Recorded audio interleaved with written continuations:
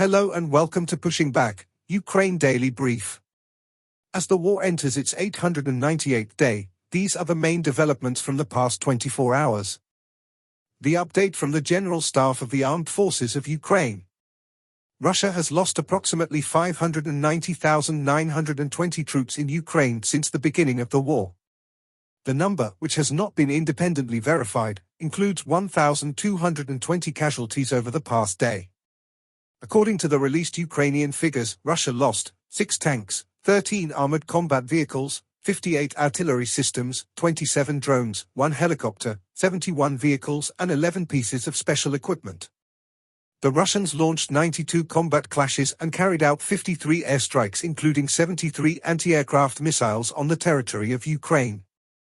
They also used 577 kamikaze drones and carried out 3,439 attacks on the positions of Ukrainian troops and settlements using various types of weapons. In its latest intelligence update, the Institute for the Study of War, the Russian National Anti-Terrorism Committee announced a counter-terrorism operation in Belgorod, Bryansk, and Kursk oblasts on August 9 in response to the Ukrainian incursion into Kursk Oblast. The Kremlin likely decided to declare a counter-terrorism operation, as opposed to a state of war or martial law, to downplay the scale of the Ukrainian incursion into Kursk Oblast and prevent domestic panic or backlash, demonstrating the Kremlin's reluctance to take more drastic measures to respond to the situation. Putin likely appointed Bortnikov as the head of the counter-terrorist operation because Bortnikov has previously proven himself to be an effective manager during crises that threatened Russian domestic stability and the Kremlin regime. A complicated command and control arrangement for the FSB-led counter-terrorism operation under Bortnikov may degrade the effectiveness of the Russian response to Ukraine's operation.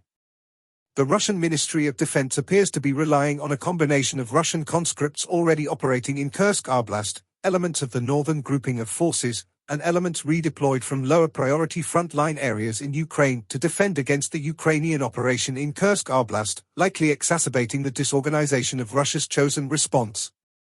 Russian forces' usage of conscripts and forces already in Kursk Oblast, nearby forces fighting in northern Kharkiv Oblast, and lateral redeployments across the theater to defend against the Ukrainian incursion is consistent with a number of likely Russian courses of action that ISW forecasted. The Russian Ministry of Defense appears to be relying on select, battle-hardened units to conduct offensive and defensive operations in its most critical sectors of the front.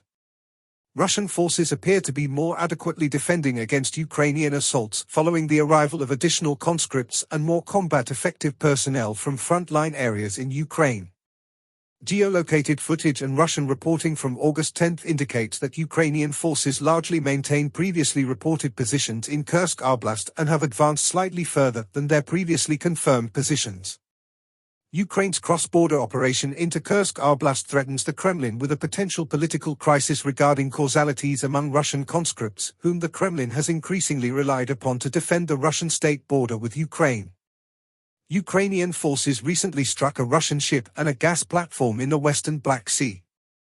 Iran will reportedly deliver hundreds of ballistic missiles to Russia in the near future.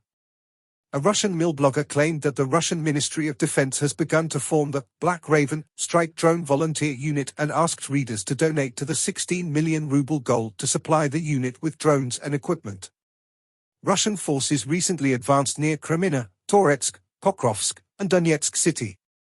In Zelensky's nightly address he spoke about 3 key areas.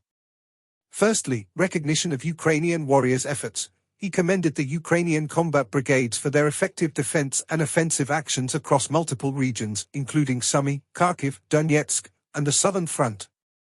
He highlighted the significant contributions of specific brigades and special units, emphasizing their role in pushing back the aggressor and restoring justice.